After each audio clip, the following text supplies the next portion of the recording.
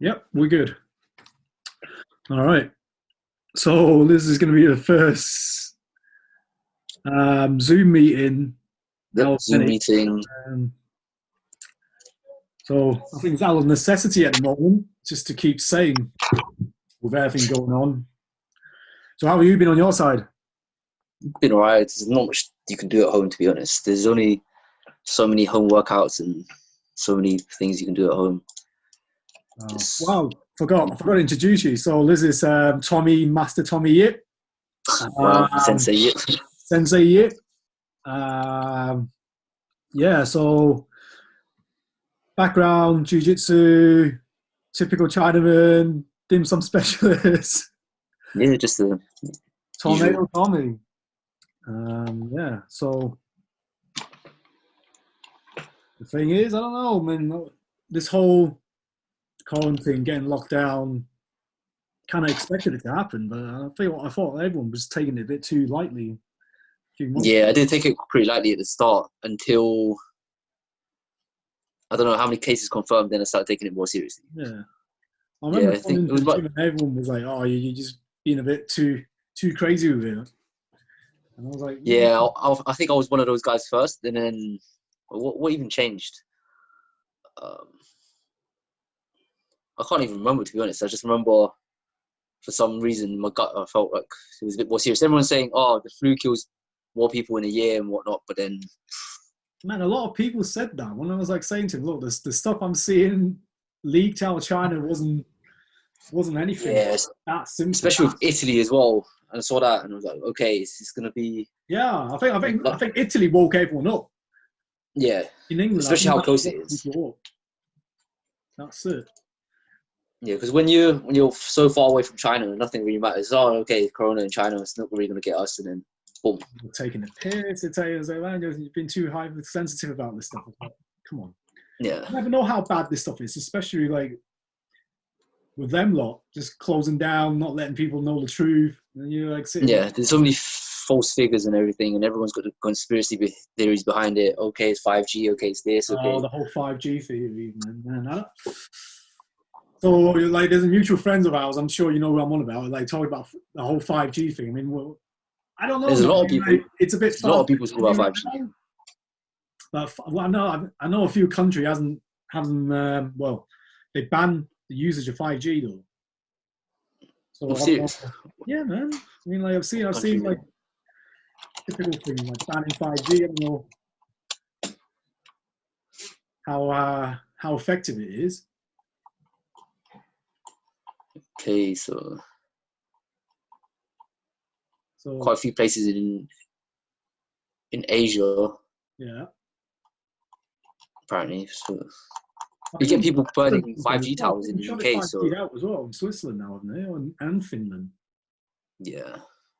Did they say anything about Finland being on there? Or was that just like a conspiracy theorist? Could be. Switzerland halts rollout of 5G over health concerns. That was about a month. That was actually before the lockdown happened, 12th of February. Yeah. So as soon as the lockdown happened, a few people that I know sending me text messages. With, how 5G can be how 5G can be weaponized, and how it could target the immune system. And oh shit! Wait, hold on. I need to open this delivery. Sorry. So, Master Tommy Yip, and talking to myself. It's a bit of a weird situation. You know. Sorry, just Amazon delivery. Yeah. Hiya. Yep. He's back. Mày điểm kỳ lấy cho hả? Sorry about that. Oh, was it all the face masks? No. We've got a couple of face masks here already, so it's fine. Yeah. But yeah, so what's I talking about? 5G. 5G and weaponize 5G to, I don't know, somehow target the immune system. Yeah, there's a lot of videos around on WhatsApp, and a lot of people share thoughts. The problem is, there's so much pro science video, so many pro science videos.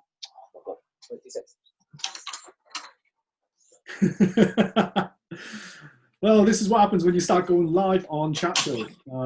By chat show, I mean 2 people chatting crap with each other. So let's see how it goes. But let's get out. I know we're talking about 5Gs. Just a Weaponizing. So I was just saying how people are talking about weaponizing 5G signaling. Yeah.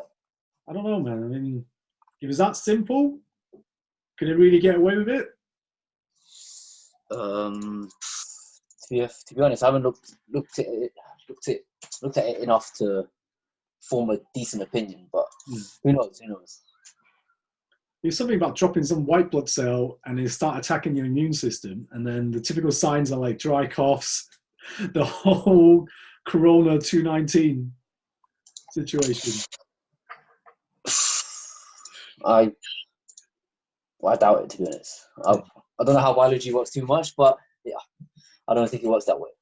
So, but the thing is, like, okay, even if 5G wasn't in concern, right? Yeah. Radio signal and electrical currents do cause like a negative or a side effect to humans and animals alike. But I just don't know how they can power something like 5G into a weapon. But we know what we need to do. We need to get some brains on here one day and we'll talk. Yeah, rather than this bro science theory. Science. Okay, maybe they can do it. Who knows? I don't know. I mean, yeah, we'll probably get Donny on here, and we've already done enough research on this by himself, or even Russian Andre. I'm sure he's done a lot. Man, Russian Andre is going to come with conspiracy theory. Man, I think. Yeah. Who knows? Yeah. All right. So what should we talk about today? Let's talk about your decorated BJJ, killing people at your tornado game. To be fair, I don't even see it as that. I just see myself just rolling around on the floor with other guys. I don't like to kind of push myself in any kind of light and whatnot. I just do what I enjoy and try to be the best at what I do anyways. It's like you say that, right? I'm sure like everyone who gets to a certain level when they learn to relax and rolling jiu-jitsu or whatever sport they do, they feel like they can relax and it's not a thing anymore. It's just a part of what they are, and like a part of that identity and just flows. Yeah, the funny thing, the first time, man, when I see you the first time I saw like this guy rolling on the floor, man, I remember like, man, this guy's just tornado like, man. It's just taking people. I remember it was before. I think it was before you were at Fight City. Yeah, before I officially moved over. Yeah. And I trained with you once. I think it was once. Yeah, we went out sprints one summer, a couple of summers ago. Yeah, I remember when the old boxing coach was there. I can't remember his name exactly. So Dan something. Yeah, I think so. Yeah. I can't sprint to save my life. I don't even know why I was like, okay, I'm gonna just go. The thing is, you weren't that slow though, man. Like for somebody who do not do like most stand-up stuff, you weren't slow. I was quite surprised, man, that time. Yeah, because when you're in London, all you do as fitness in school is just run, play football. That's about it. So. Really? You don't get much rugby guys, do you? I mean, like when you go to like what we call high school, like secondary school. No, not a lot of people really play rugby. I mean, a handful, the big guys, but yeah. Whenever I play any sports, I want to get picked in a team. Okay, last pick. Okay. Yeah. I was never really into sports growing up, apart from watching, like being a spectator. But participating in sports, no, that's a no-go for me. Yeah. Always used to skip sports day and anything related. So. Why? Was it because of size thing or what? Or like? No, it's a bit of both. I used to think I was fast in primary school. Yeah. It's secondary school. Okay, 100-meter sprint. Everyone's got spiked track boots. I'm like, what the fuck is going on? And I just got left in the dust, and athletics wasn't my thing. So. Man, I don't know. I was quite opposite to you, man. I was a fat kid, man. I could run to save myself when I was in primary school, and then suddenly, like, you know what? I'm going to just start moving around. And I don't know. I think the big change is when I moved over to England. You know, so the biggest difference between growing up, I think, is moving over to England. I was a kid. Wait, when did you move to England? 1990. 91. Man, that's before I was born. But Yeah. how old were you then? So 8. primary school. Primary school, man. Yeah, primary school 8 is around year 4, I believe. Yeah, year 4. I think I moved. I think I went straight into year 5. Oh, Straight into year 5. yeah, it depends on when you're born. If you're past September or before September. Well, I went to school straight into year 5 over here. Yeah. And like the typical, man, it's a culture shock, man. It is. The first thing is there's no homework. There's like, as soon as you went to school, there's no homework. You don't even have to have a backpack, man. Over here was just like literal play school, man. It is. It's primary school. I think the thing in the level of education in UK is up to university level is pretty low, you know. Half the time you do things in A level. People in Vietnam and China, they've already done that in primary school. So, I don't. So okay, let's do calculus now, and they're like, oh, calculus. No, I don't doubt that, man. When I came over here, I was on, man, like Hong Kong education. I was on like multiple times table divisions and multiple divisions. I was like, what? You guys still on like plus and minuses? Yeah, and you finish your work very quickly in school and everything is big difference. It was just like my mum and dad was like, what are you doing at school? Nothing. It was so concerned when I first moved over, man. Yeah. But that was in Cumbria, right? I think, that's a major difference. In Hong Kong, there's no PE lessons, man.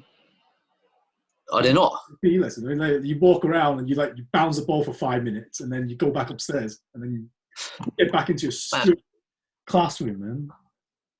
I think that's one reason why I was a big fat kid. That's one of the reasons. Yeah. It's not all of it. Depends. I guess it all depends on the school you go to as well. My friend who's from Hong Kong. In Hong Kong, though, I think all schools they're all the same. Yeah, yeah. I've never been, so I can't really... Everyone has to be academic.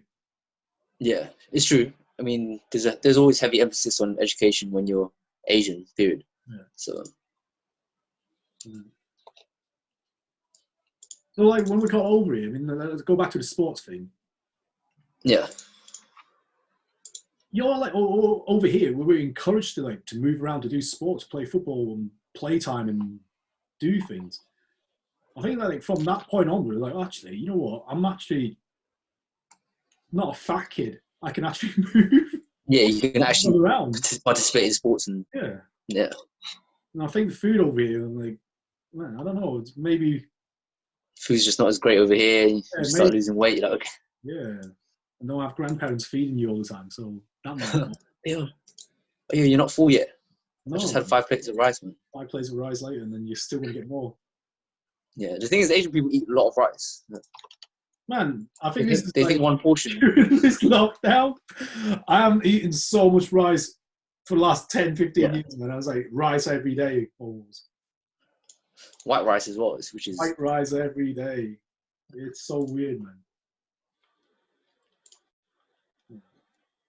Yeah, I don't think I've eaten white rice much ever, apart from, since I started taking my diet seriously enough, I cut a lot of white rice out. What, is that from because of training, or is that from training? I don't know. It might be placebo, might be anything, but I do feel a difference in energy levels when I eat a bit clean. Yeah. Not when I have a calorie deficit, but kind of when there's no tournaments and I just eat to maintain and eat to perform. Yeah. It does make a big difference. Less sugar crashes and stuff like that. The last cut you did, man, yeah, there's there's quite a few photos out there. It was terrible. Yeah, my face was like. It's not now. It's not the face. It's not the body thing, man. It's more like, what do you call it? Your usual personality wasn't there, man.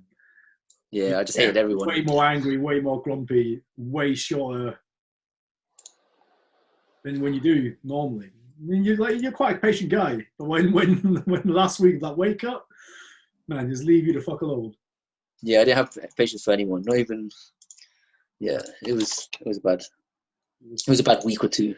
I'd say it was the last 2 weeks, I think, of the cut. The first couple of weeks when I was still cutting down wasn't too bad, but then it started hitting me a bit more when I took the carbs out. I had about 60 to 80 grams of carbs a day, and it's hard, man.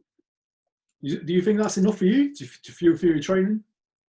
No, not to train regularly. Not my regular training. But I mean, of course, if you train once or twice a day, you'd get away with it. But if you if you're training regularly, calorie deficit is definitely not the one. And I do want to put some weight on after this quarantine period happens, Man, you should be putting weight on now. You like minimal. Yeah, I probably am. Maximum input. Yeah, I haven't weighed myself recently, so probably have to put on a bit of weight. I don't even want to weigh myself right now. I mean, I don't feel bad. I just feel like I haven't moved properly for. Yeah, exactly. So I don't. Just looking at the scale is going to be depressing. Anyway, when we were talking about jiu-jitsu, this must be the longest period of time that you haven't trained jiu-jitsu since I started. Yeah, since you started. Because I think the longest I've taken off, touch wood, I haven't been seriously injured for the whole duration of started, like of training and competing. So I think the worst injuries that's happened are just little ankle locks that it's just hyperextension of the foot. But that's Even, an injury though, right? It's not due to like, I don't know, like actual fatigue or mental. No.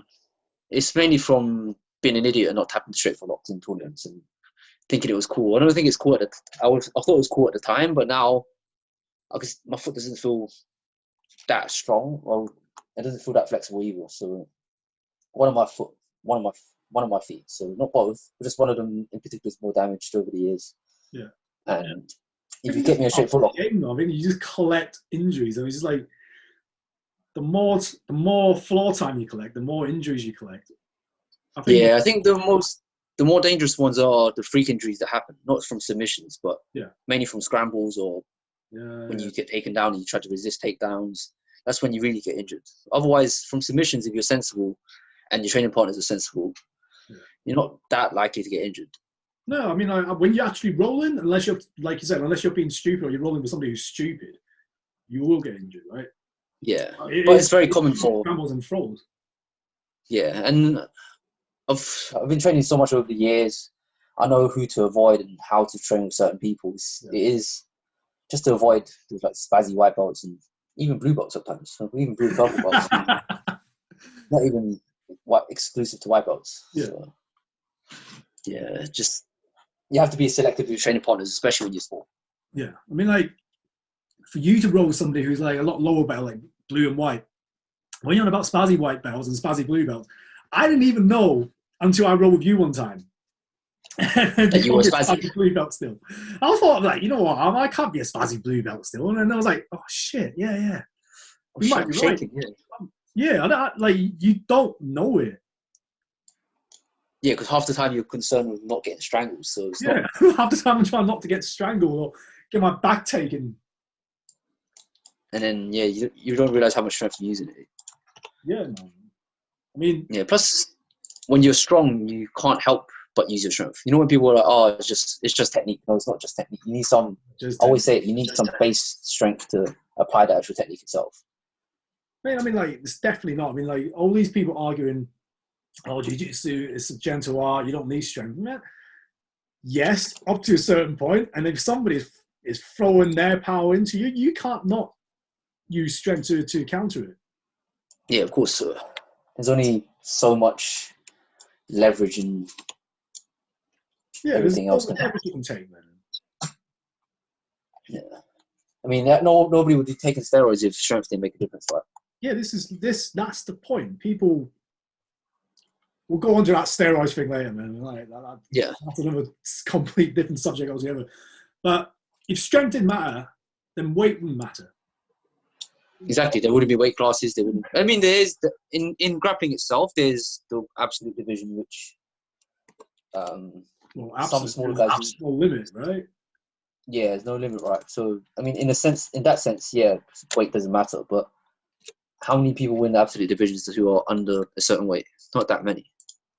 No, I mean, I assume I haven't watched a lot of absolute, but I assume they're like 20 kilos max deficit between the heaviest and I don't know next lowest weight. I can't see it being like 30, 40 kilo deficit. Nah, they are. The past Europeans, you've probably seen it. Mikey Musumeci versus that big guy from Morocco. Right. I think the big guy was 300 pounds, I believe. 300 pounds. Yeah. Which is what 140, 150 kilos. Some big guy. I mean, like big guy. Yeah, he's big. When Yeah. I say big, he's Chubby big. yeah, Yeah, 140 kilos. And Mikey's maybe under 60 kilos. right. And Yeah, that's a 80 kilo difference. I mean, he won on, I think it was a penalty or whatever for stalling, but that's the kind of max you see of weight difference. I used to do a lot of absolute divisions when I was a lower belt, blue belt mainly, a couple of purple, but I don't think I've ever won absolute. I got close a couple times. Yeah.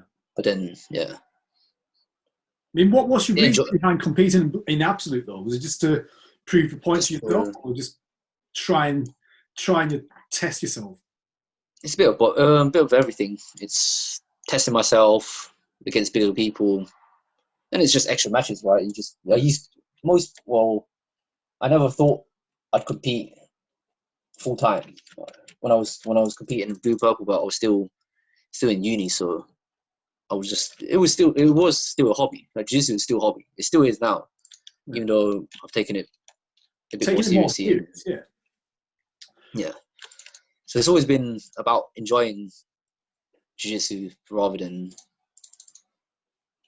it's like trying to test myself. What would you call it? Is it like a hobby job, or like a hobby that gives you a lifestyle that you want to live, and it's not really even a job right now? Or do you see Probably the latter, yeah. Definitely the latter, because you know the cliche of what was it? Love your job and you never work a day in your life and all that stuff. Right? Yeah, very similar to that. So that's the ideal lifestyle, you know. But the thing is, though, I mean, I like for me, training people, it was the same as for you. It was a hobby and something I enjoy and something I'm good at. But when you get to a certain point, that becomes your job. And as much as you love it, that's your job. Like right now, that's my job. And it does consume pretty much all your life. It becomes your life. Consumes all your life. I mean, like right now, I mean, this is the quietest time ever. Yeah, because if I had the 9 to 5, it'd be my work, and then my downtime would be jiu-jitsu. But then now they're just mixed together. Yeah, but the thing is, can you go back to a 9 to 5 now? Have you gone to a point of no return now? Because I know I have gone to the point of no return now. I could say so, but who knows? Right now, let's go. Right now, life is it's hard to say, because next thing you know, life just hits you at one. I thought things were going well in 2020, and then suddenly everything's shutting down and the whole world is on standby. So who knows what? 19 December. I mean, that's a great month. I don't know what happened in January and February, man. I mean, yeah, man. It's no for me, yeah, maybe I don't know. Certain industries do get affected more in certain months. It is there's so many times that I thought, oh, is this even? Oh, you probably get this as well. So whether you always think whether this is worth it or not, right? Yeah. And it does get hard when things aren't going your way, competition results aren't going your way, training's not going well, money's not going well, and you start questioning, oh, should I still pursue this? Should I? And it's hard to get through that barrier, you know?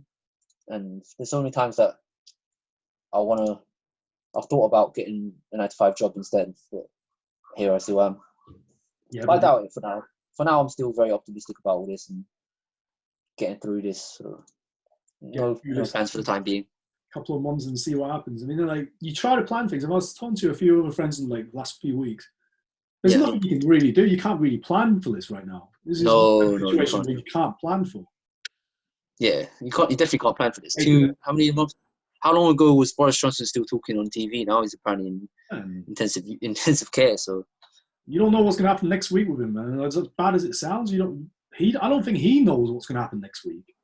Yeah, exactly. There's only so much the government can promise how long things are going to be shut for, and then nobody really knows. No, you can't give a date on it. You can't give a time on it. Everyone's just speculating. So yeah, just trying to stay busy, trying to stay motivated, really.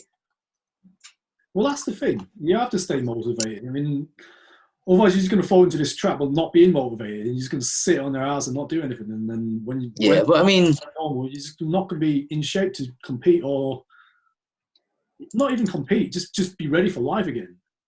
Yeah, I think slowly I'm getting there, but getting to the point where I'm not in shape. Yeah. Yeah, right now I'm definitely not in shape. I just sit at home, eat biscuits, and watch Netflix. But yeah, it's just trying to stay active here and there.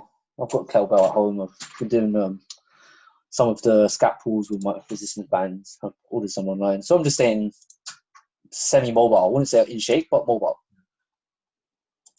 I mean, that's as much as you can do right now. I mean, yeah, especially at home where I have very limited equipment, so I think body weight. I mean, I know you don't need pushing, but that's another reason. Like, a lot of my friends just ask me, "Oh, have you coached people online?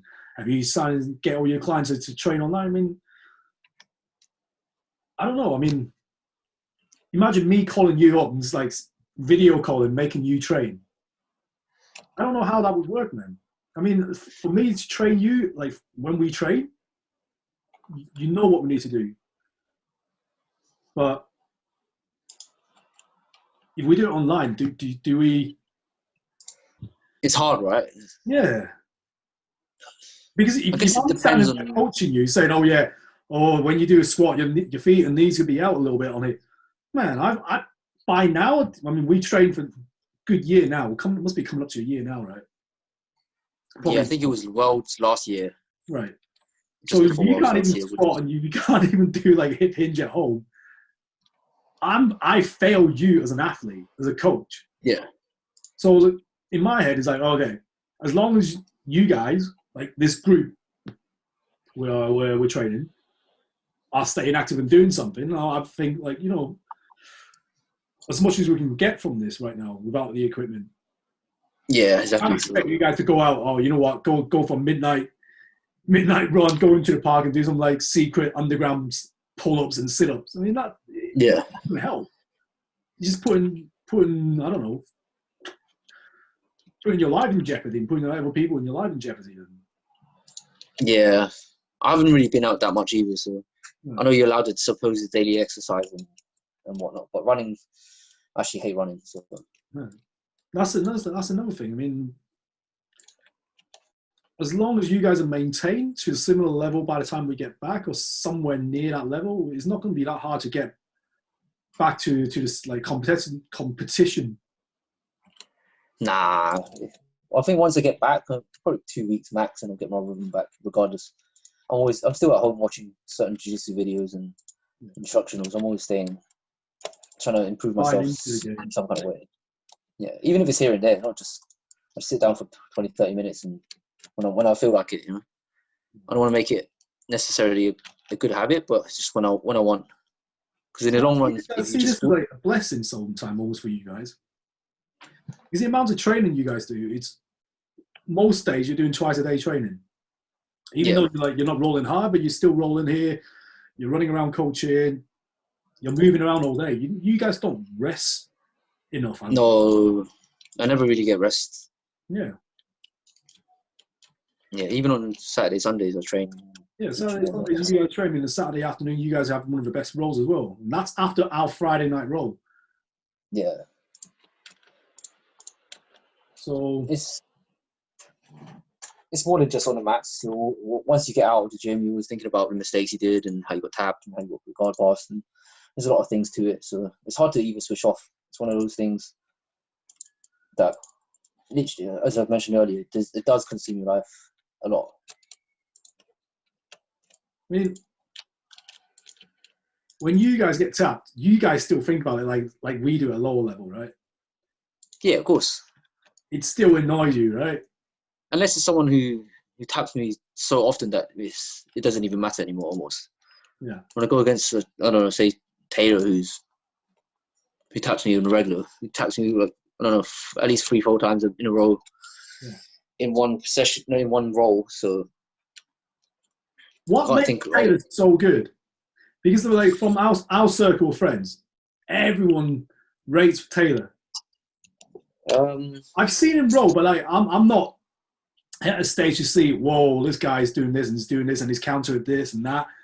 I can't tell yet. Right? I'm not good enough to tell. But all the guys all our friends rate the guy.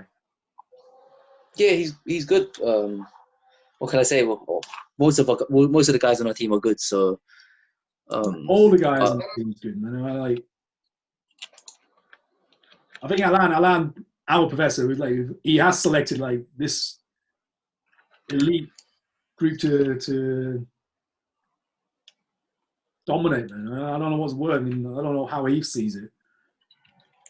I would put it down to just being. It's not about because I don't train with Taylor that much. No. I don't train with. I think my main training partner is Mateus. Yeah, Mateus is my main training partner. And Mateus, Ramal, and Jack Ronaldo probably top three that I train with a semi-regular basis. Okay, at least 3 times a week. Yeah. Do you notice like the Brazilian styles of jiu-jitsu compared to the UK jiu-jitsu? In a way, a lot of they're not to put down to just genetics, but they're more explosive. So I think it all depends on your personality as well. Because jiu-jitsu personality, that's the thing. Whenever like people don't often talk about that, do they? Like not as much as personality reflects on the jiu-jitsu game. Yeah, of course. You kind of get the people. You can see the trait there. You can almost judge their traits by how they train. Almost, does that make sense? Yeah. Apart from a couple of people, you get Malik who doesn't really say much, and then when you train with him, you're like, oh shit. Man, I mean, Malik, this young, what Harry calls young phenom. Man, this kid is soaking every single, what do you call it, information up and just releasing it. Yeah, it is easier to. Yeah, he picks things up really fast. There's fast learners and people who pick things up fast. I'll class myself as someone who picks things up really slowly. So I just have to keep doing it until I get it. Almost not necessarily drill, but keep trying things and just a lot of trial and error. Because that's all it is really. Unless there's so many things in jiu-jitsu, especially when you have to teach yourself. You can't just think this is the only way. You have to be a bit more open-minded to how things are. You can't just think, oh, this is the only way, so I'm not going to try it any other way. So I'm always constantly watching instructionals and whatnot and trying new things out. But talk about learning. It's hard to coach good, make people good. How's that? Explain. Because when you teach a class, like when you teach one class, how many people pick that particular technique up? Say out of 20 people on a one day. What? It's hard to measure progress. I mean, I know sometimes it takes me ages to get something. Yeah. Something I've done, I don't know, 50% of the move before, and I'm like, oh, actually, this makes sense now. This whole links up together. But I don't know, is that just jiu-jitsu in general, or is that just this martial art in general? I think it's learning anything in general. Yeah, learning most things in general. And everyone has an idea of how it should be. So I think having an open mind in learning, or a beginner's mind kind of thing, is important. Because otherwise, if you think, oh, this, if I do it like this, you get a very common question, right? Yeah. In jiu-jitsu where, so what if I do it like that? Well, yeah, that's for another time. A lot of times when I teach and people ask, oh, what if they do that? Well, that's for another time. So, but if you keep fixating your idea on what if, yeah, and not focus on the actual thing, you can easily get sidetracked, so to speak. Yeah, if that makes sense. Yeah, I mean, I think for people who do jiu-jitsu, it will make sense to them, but yeah.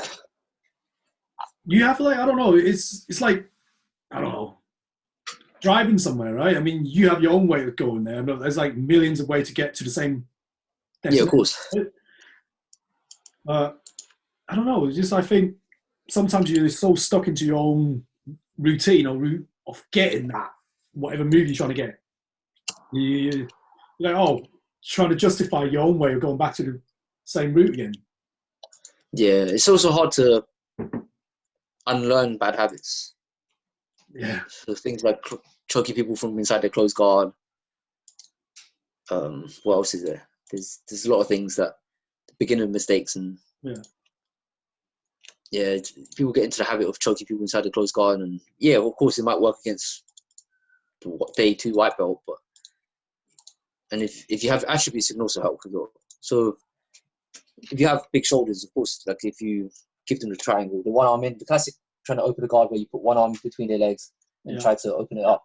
If the person knows what they're doing, you're most likely going to get triangle. But then if you have big shoulders and you have no neck, that can work for you. It's not to say it doesn't work, but would you risk trying to do that against someone who's good?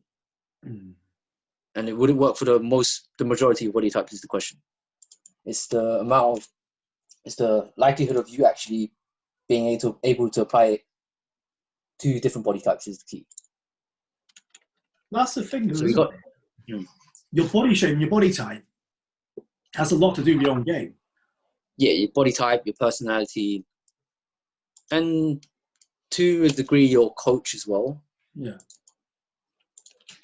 Because if you start doing something and your coach disagrees with it, and they tell you to stop, and you do stop, it also kind of stops you from doing it as well, right? So your coaching, or who you're getting coached by, your personality and your body type. Yeah. And also your training partners as well. If you have big training partners that you train with every day, you're going to have to train in a different way. Whereas if you train with someone your size, and you don't need to use certain techniques and whatnot. So who have more influence over you? I'm not even sure to put my style of jiu-jitsu down to be honest. I have trained with a lot of people, and I've trained in a lot of places as well. I think mainly it's just the classic people who influenced me. I'd say not necessarily my training partners. It's people I watched as a white belt coming up the ranks. Michael Lange used to watch a lot of double sleeve spider guard. Who else? Used to watch a lot of Homura Barra double sleeve spider guard. So that's kind of like the game I play. I didn't really do much berimbolo until I was a blue belt. I remember Taylor. I think it was Taylor and Alex Cabanas, who's a Spanish black belt.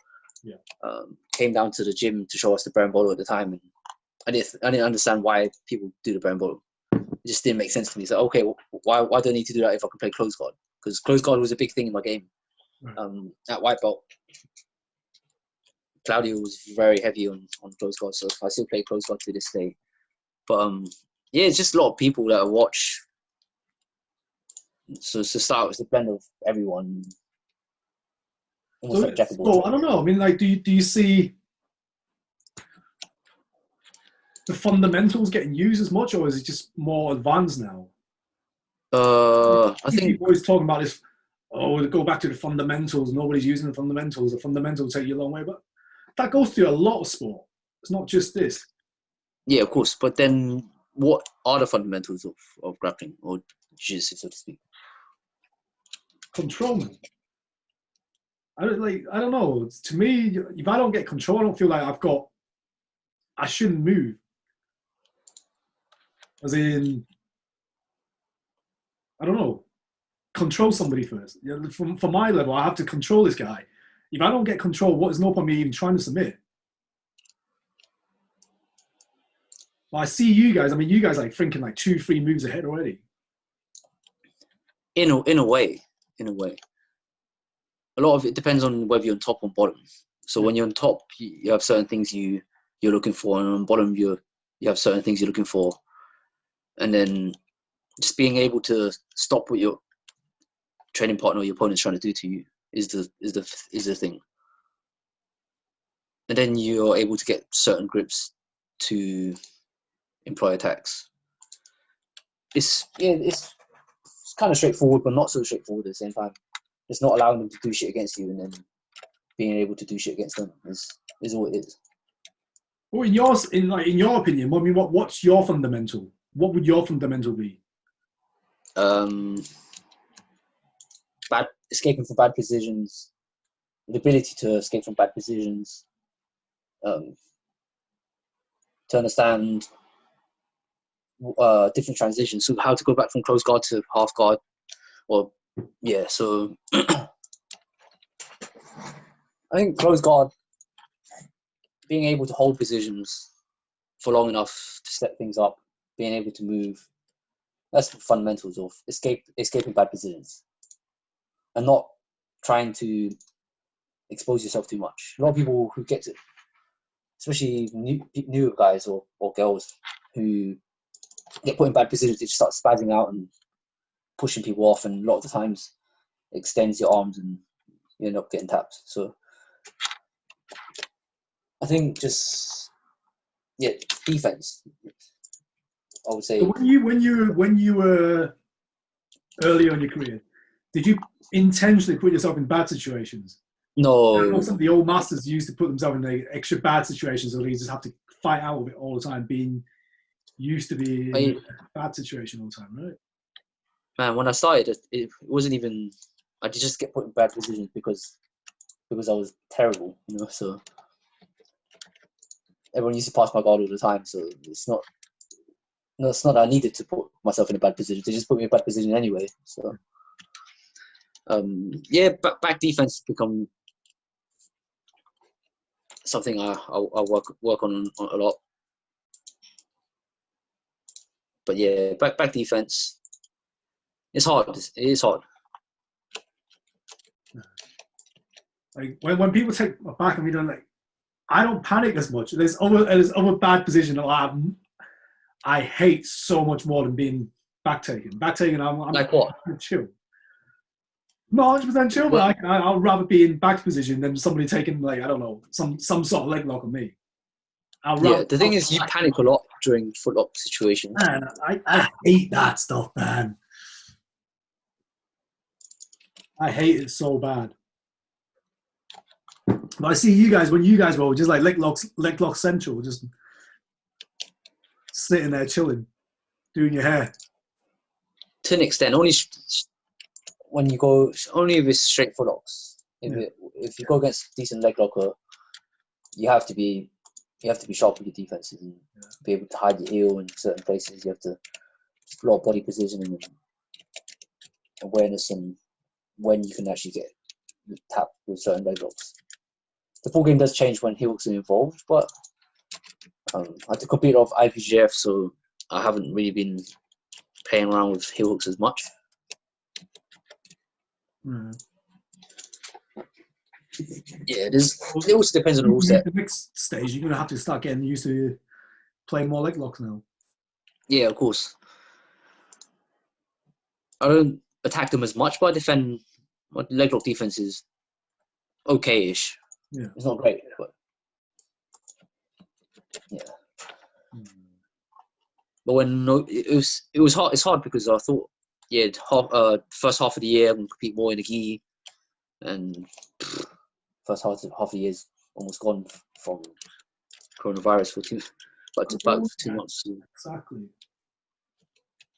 And what was your intention when you first started jiu-jitsu? Was it just for fun? I wanted to get into the classic cliche of I wanted to get into MMA. And when people say they want to get into MMA, what do you mean by getting into MMA? Do you actually want to fight in MMA, or do you just want to do a show in MMA, or just step in the cage and test? I don't know. I just wanted to try it out, I guess.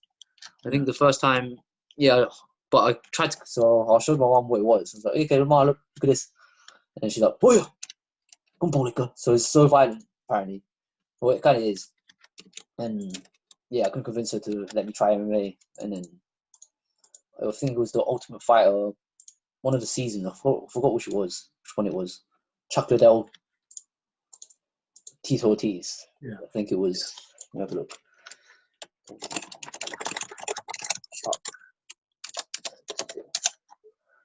I think it is season.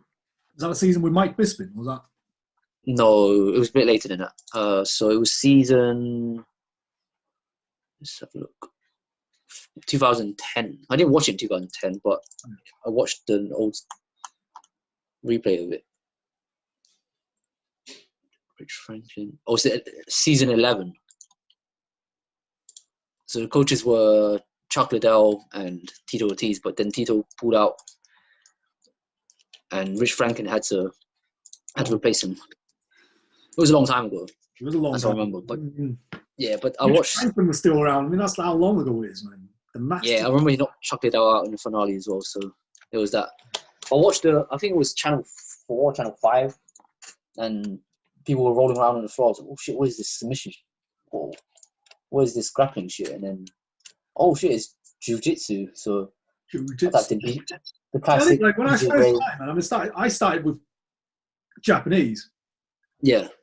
But back then I was living in Middle Cumbria. Yeah. I think whatever there is. It was definitely not as popular and mainstream in 2012, I think I started. Yeah, it was 2012 that I started. And there were a couple of places around where I looked up. I think it was Roger Gracie's. That was in West London, a bit too far.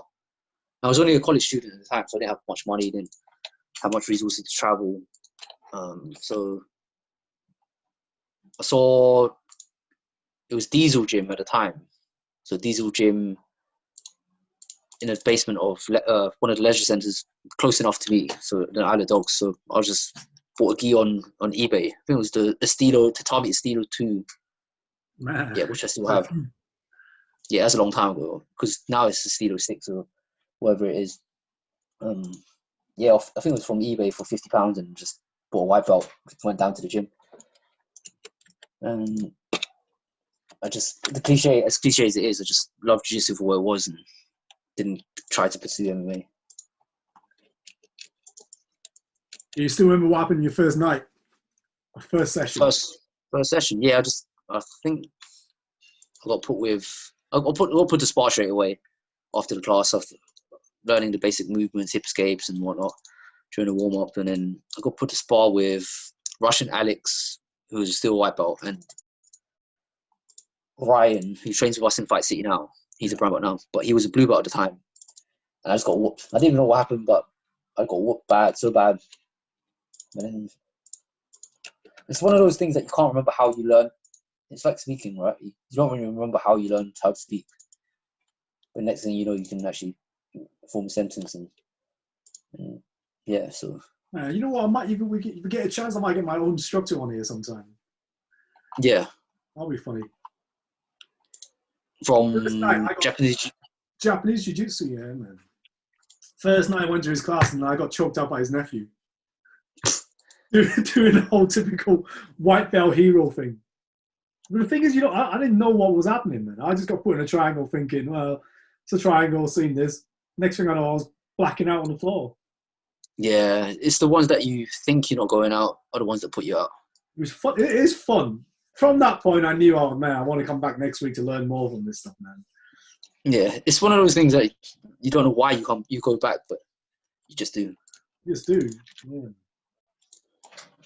Right, so go back to the gi things. Out of all the gis you had, gis, I don't have that many, to be honest. I used to collect when I was a white belt.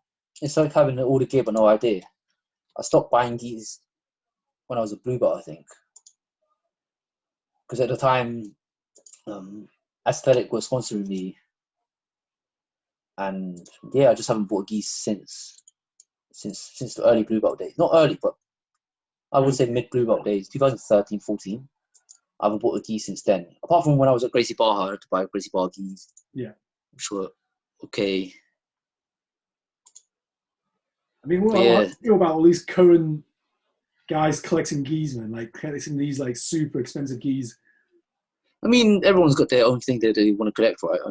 It's if I had the money and if I needed to, I'd collect gis too. So, but they just come at, especially certain brands are very expensive, so I wouldn't be able to afford it. Yeah.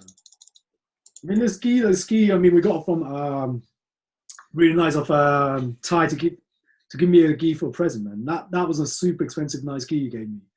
Yeah, the Shoro gi, right? I don't know how much it is. It's over £100 for sure. Man, I couldn't believe they release it on limited edition batches. I mean, like, I still don't know why they're so expensive. I mean, what is it in jiu-jitsu? Well, what makes them so expensive, man? it's the price mark that they put. I mean, supply for. Like, who wears it? Is there any like big names? Where's it? Yeah, I mean, they're always sponsoring the bigger names, and it looks cool to wear this gi. I mean, the gis are pretty nice. Some of them, the Shoyo gis are nice. King's gis look really nice. But I think when you first start getting into gi collecting, you see, oh, like so and so's wearing it, looks really cool on him, or looks cool on her, and then you just start buying more and more gis, and that's where the collection comes from. But a gi's a gi to me. As long as it fits well, it looks alright. I'm gonna wear it. So yeah, I don't know. I mean, like, was one of them things you see some people wearing certain gis. You're like, you know what, that looks pretty nice, and you think, nah. And you look at the price tag, and them things are just sometimes they're just silly money, man. Yeah, it is. I think there's gis that go up to like shitloads of money, especially the old batches of Shoyo gis. They resell on eBay for a lot of money. Well, I don't know about that, man. There's just too much money to spend. Yeah, but each to their own. Yeah. I mean, like, what at your highest point? How many gis did you have at your highest point? That you bought, not from sponsors, man. Not that many. I'd say about 5. Yeah. Yeah, that I've bought at one point. Maybe 5 or 6, maybe more. I had a black. Like, I mean, gi wise, you don't really go and splash out on these silly amount of money on gis. I would. I don't know. I would have spent a lot of money, more money on gis. Because I remember I had the same corral as you. Yeah. Yeah, that was even though it was from eBay, I think, and it was quite expensive. Man, I can't remember exactly how much it was. That was the corral nowadays, man. That's still my nicest gi. Like, even with all the expensive Shoyo gis on. I don't know. I'm not sure if they're still about. Faded away, haven't they? Yeah, because Keiko used to be one of the bigger brands. Keiko, Corral, Tatami has always been here. Yeah. What else has always been here?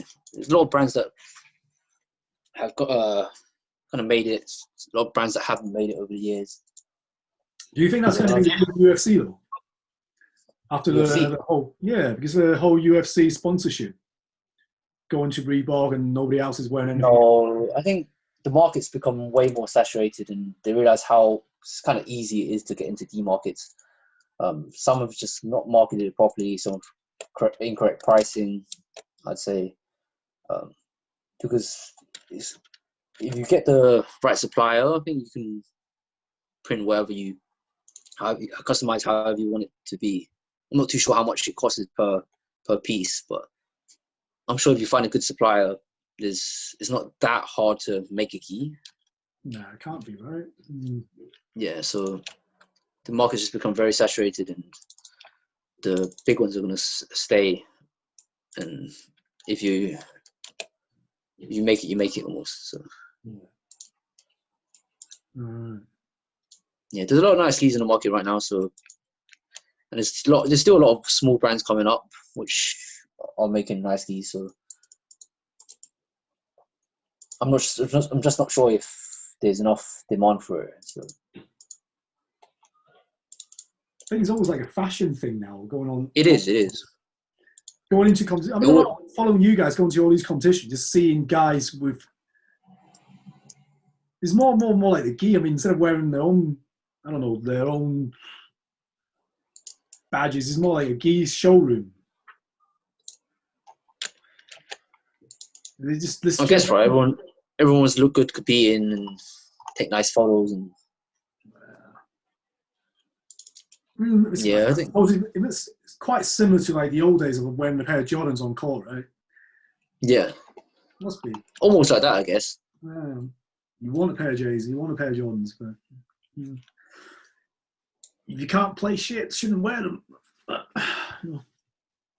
to an extent, to an extent. That's me. That's because I used to suck and I used to wear some decent geese. So. But mat time, though, isn't it? That's what you need. Yeah, it's just mat time and actually trying to look to improve. It's hard because everyone learns in a different way. Everyone absorbs things in a different way. There's certain people that don't even train for that often and are actually really good. And then you get people like me who has to train a lot in order to get somewhere decent. So I'm gonna put it down to, I don't know, you could say talent, you know, if you define it as that. Yeah. Just some people get things more naturally. The super powerful geese or could be.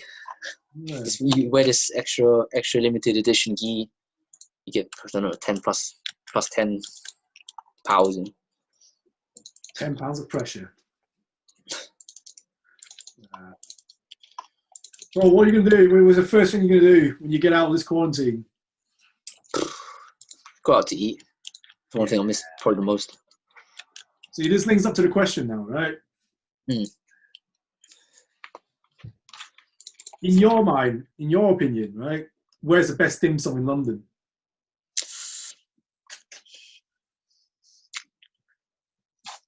To be honest, if I'm honest, one, my taste buds aren't so sophisticated, so anything that tastes decent is going to be nice to me. But yeah, but right now, I mean, like any dim sum would be good. But it's just like yeah, of course. But we'll kind of clarify the question. If when quarantine finishes and assuming all businesses aren't shut down, as in they survive the quarantine as well, I'd go maybe Yiban, you know. Okay. Just you, right? Yeah, it's close by. The food's pretty good. I wouldn't say it's the best though in London. I don't know what I would say the best is. Royal China's okay, pricey though. Pricey, but it is good. Yeah, very pricey. And what do you judge it? I mean, there's always going to be the actual food taste, and there's going to be the comfort factor. Yeah, comfort factor is a big thing. And then there's the size and there's the price, man. I mean, what's more important in how that list for you? Portion size and price. Yeah. So in terms of which one goes first, it's portion size, it's price, then it's comfort, and then taste. Or taste and then comfort, but they're not as important as portion and price. Portion and price. Yeah, just for the time being. I'm not rich enough to worry about everything else. Yeah, man. All right. I think let's call it a day, man. Yeah. Let's hope this lockdown gets finished and go for some dim sum, man. Yeah, it's going to be at least. What was it now? It's April now. It's going to be at least June, end of June, July before you can. Yeah. I'm not sure about restaurants, but at least end of May for McDonald's to open, maybe. No, I'm just saying for something that's typically opened. Yeah, man. Rather than cheat on something, I'm going to cheat on. We'll do next time. I'll ask you like burgers, man. Do some reviews on burgers. Yeah. Man, or have you got a favorite burger place now? It's patty and bun is pretty good. I went there once with Harry Powell, I think, and their burgers are pretty good. I'm not that big of a burger guy, but wings. I know you like your wings, though. You and the boys. Wings. Yeah, because for the price, it's good portions and you get full. You know. Right. That's the thing. So Wingstop's always. Where's your favorite wing place? Wingstop. It's a franchise. Yeah, it's franchise now, but it's a decent location, West End. Yeah. Decent price. I think it's £13 for. Let me show. What makes it so special, man? Nothing that special. I think wings are just wings. Wings are always tasty, even if you fuck it up. It's always going to taste okay. No, man. No, man. Wings, man. I went to. I'm not going to name the place, but that one wing place I went with you guys. That one time with that chocolate wings. Where was that chocolate wings? Oh shit, that was. Yeah, that place. That place was like, what? the fuck situation. But that was the good thing is they gave me like a pick and mix, like mix of 3 wings, right? 3 flavor wings. yeah. They gave me that chocolate one. I'm like, whoa, what is this? It's like Marmite, I guess. It's not everyone's cup of tea. I think if they actually made it with chocolate sauce, like proper chocolate, instead of like ice cream topped in chocolate sauce, Yeah. I would have been all right with it. I'm sure somebody could make a decent chocolate wing. Man, right now, anything. Yeah, right now, anything. Now, like, I take what is still open right now. I don't know, man. I've been stuck inside. I've heard a couple of people say, "Oh, I'm going to order takeout." I'm like, okay, this thing's still open. So There must be some still open though. yeah, for sure. A lot of small business is going to get fucked though. So hopefully everyone gets away with it, but yeah, casualty, I'm sure. But right now, anything is going to happen. Yeah, it is like, as bad as it sounds. I mean, I don't want to make it sound bad, but it's probably one of the worst times since what? The last big thing that happened in this country, what? 9/11, and before that, it's going to be what? World War, really? What else is there? I mean, what do you call it? I don't know. I haven't been alive for that long, so there's not many things I've been past. No, I don't think even when SARS hit, I was in Manchester at the time. I don't think when SARS hit wasn't as serious as this. Yeah. There's nothing that's been bad enough to stop the world. Yeah, I think this is the first time. Yeah, first time in my lifetime for now. Yeah. All right. Thanks for your time. Yeah. Let's do this again soon. Yeah, man. All right. Cool, man. Thank you. Hey, peace. Peace. Easy.